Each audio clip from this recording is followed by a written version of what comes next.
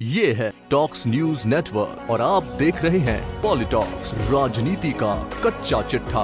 केंद्र की मोदी सरकार द्वारा धारा 370 हटाए जाने के बाद बदले माहौल से चिंतित राजस्थान की गहलोत सरकार ने 2 दिन पहले नगर निकाय चुनाव पर यू टर्न लेने के बाद अब इन चुनावों को लेकर एक और बड़ा निर्णय लिया है, जिसके तहत अब पार्षद के चुनाव में हिस्सा लिए बिना अथवा ये चुनाव हारा हुआ प्रत्याशी भी मेयर, सभापति या पालिका अध्यक्ष चुना जा सकेगा।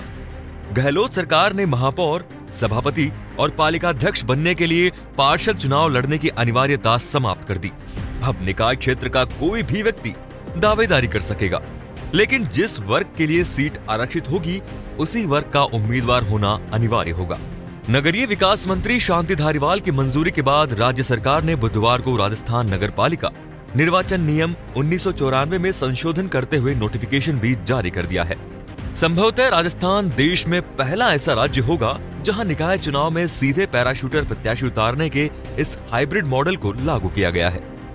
ये बिल्कुल वैसा ही होगा जैसे विधायक या सांसद का चुनाव लड़े बिना ही या जीते बिना ही मुख्यमंत्री या प्रधानमंत्री चुन लिए जाते हैं, फिर उनको 6 माह में विधायक या सांसद का चुनाव जीत कर आना होता है। हालांकि प्रदेश में मेयर, सभापति या पालिका अध्यक्ष बनने के लिए कितने समय बाद चुनाव लड़कर जीतना होगा, इस पर अभी सरकार ने निर्णय नहीं लिया है। लेकिन सरकार के इस निर्णय के बाद अब वे सभी बड़े नेता महापौर के लिए दावेदारी कर सकेंगे जो पार्षद का चुनाव लड़ने से हिचकिचा रहे थे। इस नई व्यवस्था की सबसे खास बात यह है कि जो व्यक्ति या महिला वार्ड पार्षद का चुनाव हार जाएंगे वो भी निकाय प्रमुख चुनाव में उम्मीदवार बन सकेंगे। हाल ही में गहलोत मंत्रिमंडल की सोमवार को हुई बैठक में सरकार ने निकाय प्रमुख के चुनाव प्रणाली पर यू टर्न लेते हुए इनका चुनाव जनता के बजाय पार्षदों से कराने का निर्णय लिया था। महापौर या सभापति का चुनाव निर्वाचित सदस्यों या पार्षदों की पहली बैठक में ही किया जाएगा। इसमें अध्यक्ष, सभापति, महापौर के निर्वाचन के लिए दावेदारी जताने वाला भी भाग ले सकेगा, लेकिन अगर जीता हुआ नहीं है तो मतदान नहीं कर सकेगा।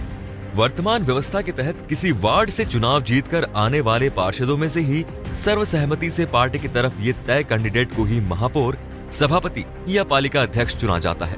पार्टी सूत्रों के अनुसार महापौर, सभापति और अध्यक्ष की सीटों के आरक्षण के लिए राज्य सरकार की ओर से 19 अक्टूबर को लॉटरी निकाली जा सकती है। ऐसे में इस लॉटरी से पहले राज्य सरकार ने ये दूसरा बड़ा निर्णय लिया है। निकाय प्रमुख पद के लिए मान्यता प्राप्त राजनीतिक दल से कोई प्रत्याशी है तो उसे नामांकन की अंतिम तिथि के दिन दोपहर 3 बजे तक पार्टी का अधिकृत प्रपत्र प्रस्तुत करना होगा। अभ्यर्थी को अपने नामांकन पत्र पर किसी निर्वाचित सदस्य पार्षद के हस्ताक्षर प्रस्तावक के रूप में करवाना अनिवार्य होगा। चुनाव लड़ने के लिए उम्मीदवार को निर्धारित अमानत राशि भी जमा करानी होगी। निकाय प्रमुख का नामांकन भरने के लिए 2 दिन, नामांकन की जांच के लिए 1 दिन और उम्मीदवारी वापस लेने के लिए 1 दिन का समय निर्धारित किया गया है। विधानसभा चुनाव में कांग्रेस ने घोषणा पत्र में निकाय प्रमुखों के सीधे चुनाव कराने को मुद्दा बनाया था और राजस्थान की सत्ता में आने के तत्काल बाद गहलोत सरकार ने निर्णय किया कि निकाय प्रमुखों का चुनाव पार्षदों द्वारा नहीं बल्कि सीधे जनता द्वारा किया जाएगा। लेकिन मोदी सरकार द्वारा जम्मू कश्मीर से धारा 370 हटाए जाने के बाद देश के बदले हालात को लेकर कांग्रेस पार्टी में चिंता जाहिर की जा रही थी कि शहरी निकायों के इन चुनाव में बड़ी शिकस्त मिल सकती है। इसका सीधा असर राज्य सरकार और मुख्यमंत्री अशोक गहलोत की इमेज पर भी होगा। इसी के मद्देनजर गहलोत सरकार ने चुनाव में अपनी साख बनाए रखने के लिए ये बड़े कदम उठाए हैं। राज्य सरकार द्वारा निकाय प्रमुख के चुनाव के लिए पार्षद के अलावा किसी भी व्यक्ति के चुनाव लड़ने के फैसले से पार्षदों की खरीद फरोख्त को बढ़ावा मिलेगा।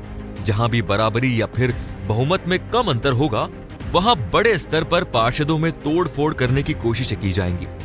निकाय प्रमुखों के चुनाव के बाद धनबल के आधार पर पार्षदों की बाड़ाबंदी पर विशेष जोर रहेगा। अपनी अपनी पार्टी के पार्षदों की बाड़ाबंदी करने के बाद बहुमत के लिए पार्षदों को अपने पक्ष में करने को लेकर उच्च स्तर तक के प्रयास होंगे। ऐसे में निकाय प्रमुख के पदों पर बड़े नेता या फिर धनबल में मजबूत व्यक्ति के महापौर, सभापति और अध्यक्ष बनने की प्रबल संभावना रहेगी।